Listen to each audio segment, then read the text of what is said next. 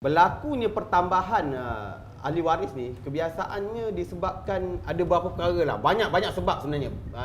Isu yang kita pernah kumpul, kita search dan kita tengok dalam berbagai cara dan Tok Guru kita pada beritahu jugalah permasalahan-permasalahan ni. Biasanya diorang ni berlakunya pertambahan ahli waris disebabkan ada kematian berlapis, ya, kematian yang berlapis.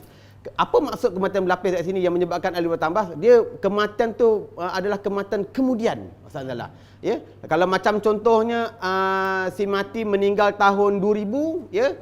Kemudian anaknya meninggal tahun 2001, ya, 2001, ya. Sedangkan harta pusakanya masih lagi belum dibahagikan. Ya, harta pusakanya masih lagi ada, masih belum diuruskan, masih belum ditakbir lagi. Ya, anaknya tadi tu meninggal dunia kemudian, contohnya. Itu yang menyebabkan ahli warisnya akan bertambah. Sebab anak tu tadi bila dia meninggal dunia, dia ada waris. Contohnya kalau dia isteri, kalau dia perempuan, anak tu meninggal jadi anak perempuan, meninggal dunia kemudian, dia ada suami dan dia ada anak lelaki dan dia ada anak perempuan. Itu belum berlaku pula suami dia pula sebulan kemudian meninggal dunia. Maknanya melalui kematian. Kematian tu pula dia kematian yang kemudian, contohnya. Perbezaan kematian, tarikh, masa, tarikh dan tahun sangat penting untuk kita mengukur sesuatu ahli waris itu boleh mewarisi ataupun tidak.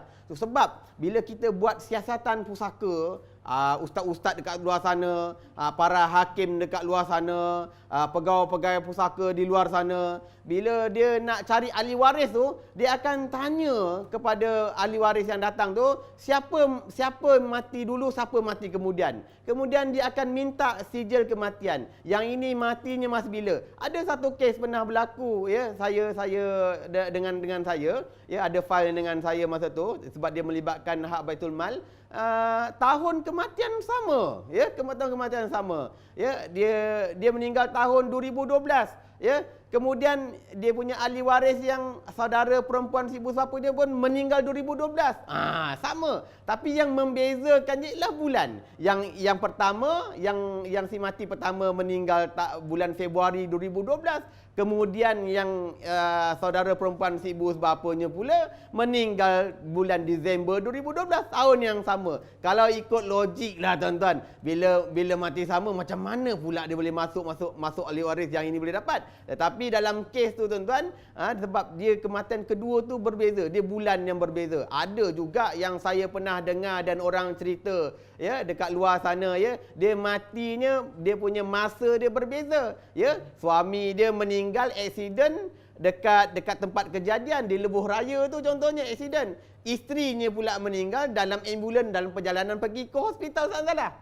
Ya, itu masa dia berbeza. Mewarisi tak usah mewarisi sebab ahli waris dia tu berbeza. Ya, yang tadi suami dia meninggal dunia, dia punya ahli waris dia anak dengan bapa dia, ibu bapa dia. Isteri dia tadi tu yang meninggal dunia, dia ada pula mak dia dengan bapa dia lagi. Jadi dia harta yang si mati pertama tu boleh diwarisi oleh ibu bapa dia, boleh diwarisi oleh anak dia, boleh diwarisi oleh mak mentua dia, macam tu. Tu yang menyebabkan orang kadang-kadang pening.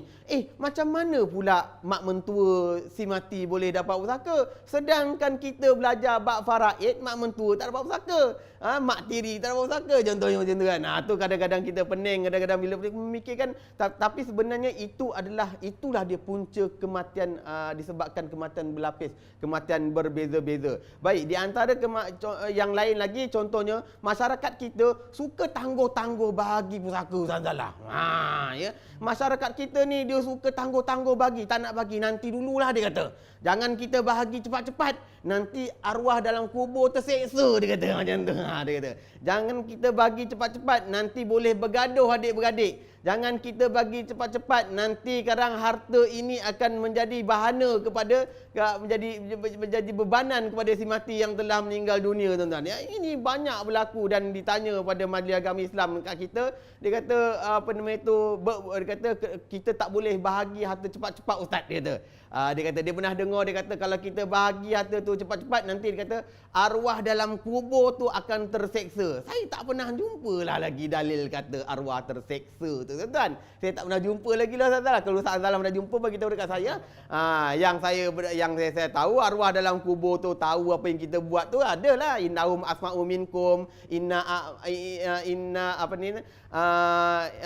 ma'amlakum tu'radu ala asyar aqrabukum minal amwat tu ada. Itu ada hadis dia, saya baca. Maknanya setiap amalan kita yang hidup dekat dunia ni, akan dibentangkan kepada kedua ibu bapa, pada kaum kerabat yang dah meninggal dunia tu. Itu ada hadis tu, saya ada baca. Tapi saya tak pernah pula dengar hadis kata kalau kita lambat bahagi atau saka, arwah dalam kubur tu terseksa. Tu saya tak pernah dengar lah, tuan-tuan. Tu memandai. Maknanya jangan tangguh-tangguh lah, tuan-tuan. Bila kita tangguh-tangguh bahagi atau saka, takut nanti bilangan ahli waris yang dapat atau saka tu dia bertambah ramai, bertambah rumit nanti nak kumpul.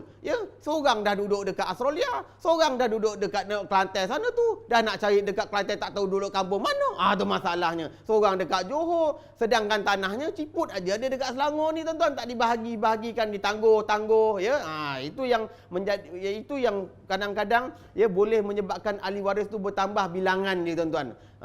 Sampai satu tahap saya pernah jumpa tak kenal dah ahli warisnya. Sebab terlalu ramai sangat nak mencarinya tu, ya Allah payahnya. Tu sebab saya kata jangan tangguh-tangguh.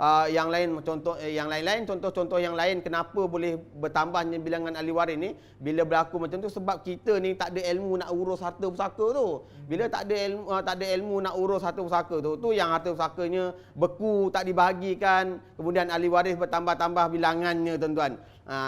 Lain-lain tu banyak. Contohnya ada satu kes tu pernah berlaku, salah tanggap lah. Kadang-kadang salah tanggap. Kadang-kadang ahli waris ni dia ada satu salah tanggapan. Dia kata harta pusaka ni, dia kata dibiarkan dulu. Dia lebih baik. Dia kata harta pusaka ni jangan dibahagikan. Kita biarkan harta pusaka ni supaya kalau dibahagikan cepat-cepat nanti adik-beradik ramai yang tak puas hati, dia kata kan. So dia kata jangan bahagi. Ni tanggapan-tanggapan yang salah. Kalau saya kena bahagikan, dia tak ada istilah kita tak nak bahagi pusaka. Ni di antara contoh-contoh lah, Ustaz Nala. Contoh punca-punca sebab-sebab boleh berlakunya pertambahan ahli waris. Itu sebab saya tekankan bab ni